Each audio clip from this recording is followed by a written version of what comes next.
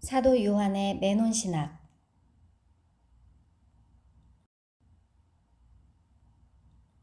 사도 요한이 요한복음과 요한서신에서 복음의 핵심 개념으로 강조한 단어가 있다. 매논 dwelling, abiding과 메이네이트, abid로 거하다, 머무르다는 의미다. 매논신학, 하나님 안에 머물러라. 요한은 이 단어를 삶의 참된 본질로 보았다. 요한복음에는 18번, 요한서신에는 25번을 사용하였다. 너희가 내 말에 거하면 참으로 내 제자가 되고 내 안에 거하라. 나도 너희 안에 거하리라. 너희도 내 계명을 지키면 내 사랑 안에 거하리라. 그 안에 거하는 자마다 범죄하지 아니하나니 범죄하는 자마다 그를 보지도 못하였고 그를 알지도 못하였느니라.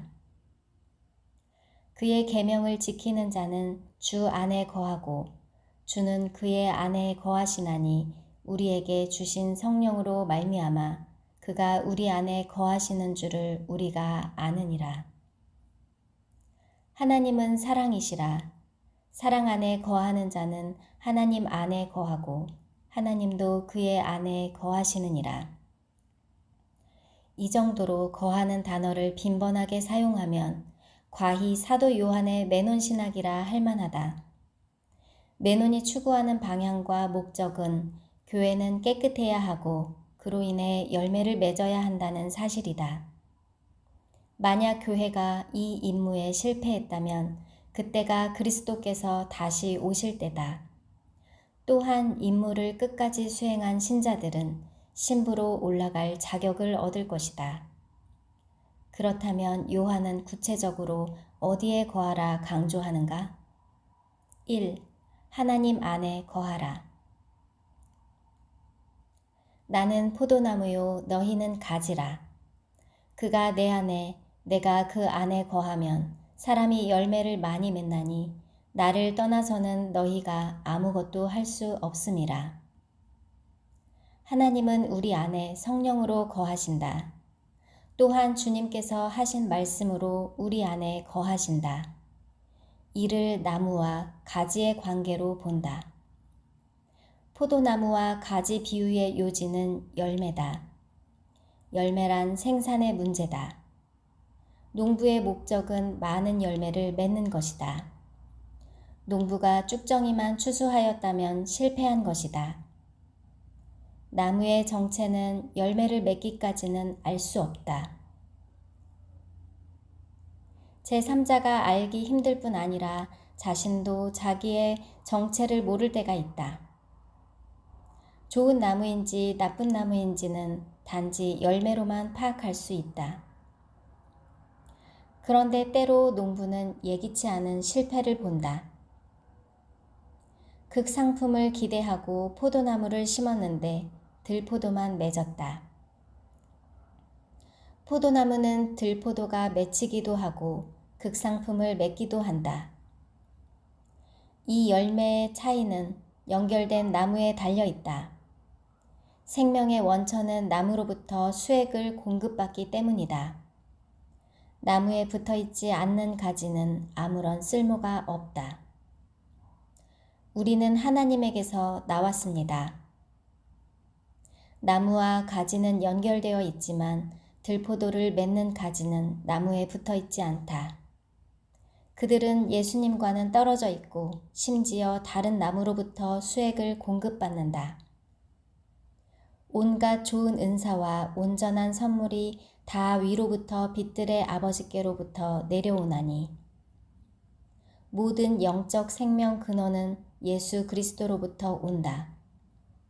정금 같은 믿음도 순결한 예복도 영적인 시력도 주님을 통해서만 나와야 한다.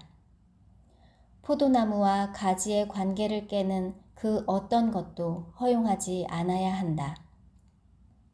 셋의 후손이 있고 가인의 후손이 갈라지고 분리된다. 이집트의 마술사가 마법을 행하여 대적한다.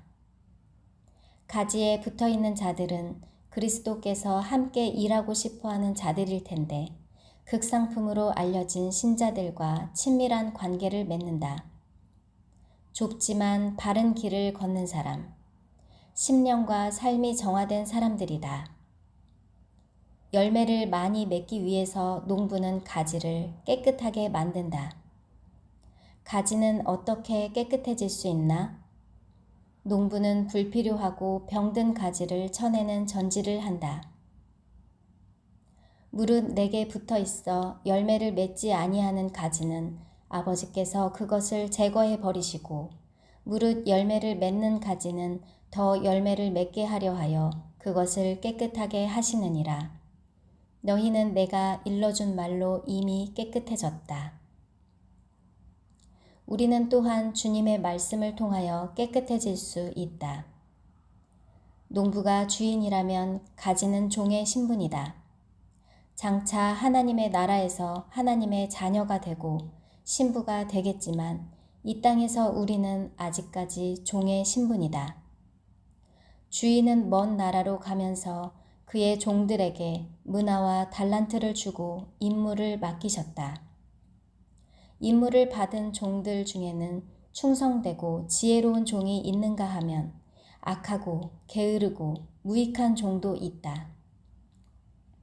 예를 들어 직장에서 상사는 어떤 부하 직원을 두고 싶어 할까? 상사의 마음을 잘 알고 상사가 좋아하는 일들을 찾아서 하는 직원이다. 상사는 일 잘하는 직원을 좋아한다. 또 직원은 일에서 나오는 성과와 갈채를 상사에게 돌릴 줄 안다. 어떤 직원은 자신의 본분을 잊고 상사처럼 행동하는 사원도 있다. 어떻게 할까요? 좋은 직원은 상사의 마음을 살피고 수시로 상사에게 묻는데 이는 친밀감이 있기 때문이다. 주님은 우리를 일하는 종으로 부르셨다. 종이 되어서 아무런 노력도 수고도 하지 않는 무익한 종을 원하시지 않는다. 종은 많은 열매, 성과를 내야 한다. 좋은 땅에 심겨진 씨는 30배, 60배, 100배의 생산성에 차이가 있지만 열매를 수확할 수 있다. 그러나 아무 열매도 맺지 못하는 나무가 더 많다는 사실이다. 2. 사랑 안에 거하라. 아버지께서 나를 사랑하신 것 같이 나도 너희를 사랑하였으니 나의 사랑 안에 거하라. 불법과 범죄는 하나님의 나라를 유업으로 받을 수 없다. 그리스도 안에 머무르는 사람은 죄를 짓지 않는다. 또한 주님 안에 거하는 자들은 사랑의 계명을 지키는 것으로 알 수 있다. 불법이 성함으로 많은 사람의 사랑이 식어지리라. 겉으로는 사람에게 옳게 보이되 안으로는 외식과 불법이 가득하도다. 죄를 짓는 자마다 불법을 행하나니 죄는 불법이라. 요한은 거하는 개념을 좀 더 실제적인 것으로 알려준다. 그것은 하나님의 말씀, 계명을 지켜야 한다는 것이다. 가지가 나무에 붙어 있다는 개념은 좀 더 구체적으로 하나님의 말씀을 듣고 순종하는 것과 관련되어 있다. 거한다는 의미는 순종하는 것이다. 만약 누가 하나님의 말씀을 듣기만 하고 순종하지 않으면 모래 위에 집을 지은 사람이다. 내가 아버지의 계명을 지켜 그의 사랑 안에 거하는 것 같이 너희도 내 계명을 지키면 내 사랑 안에 거하리라. 세상 법정에서도 범죄하면 구속되는데 가장 거룩해야 할 교회가 죄를 용인하고 합리화했다. 영적인 사람들의 외적 행위는 사소한 것에 불과하고 육신은 무엇을 해도 문제가 없다며 부도덕한 행위를 용납하는 자들을 떠나야 한다. 이런 어처구니 없는 거짓 교리가 교회를 휩쓸었다.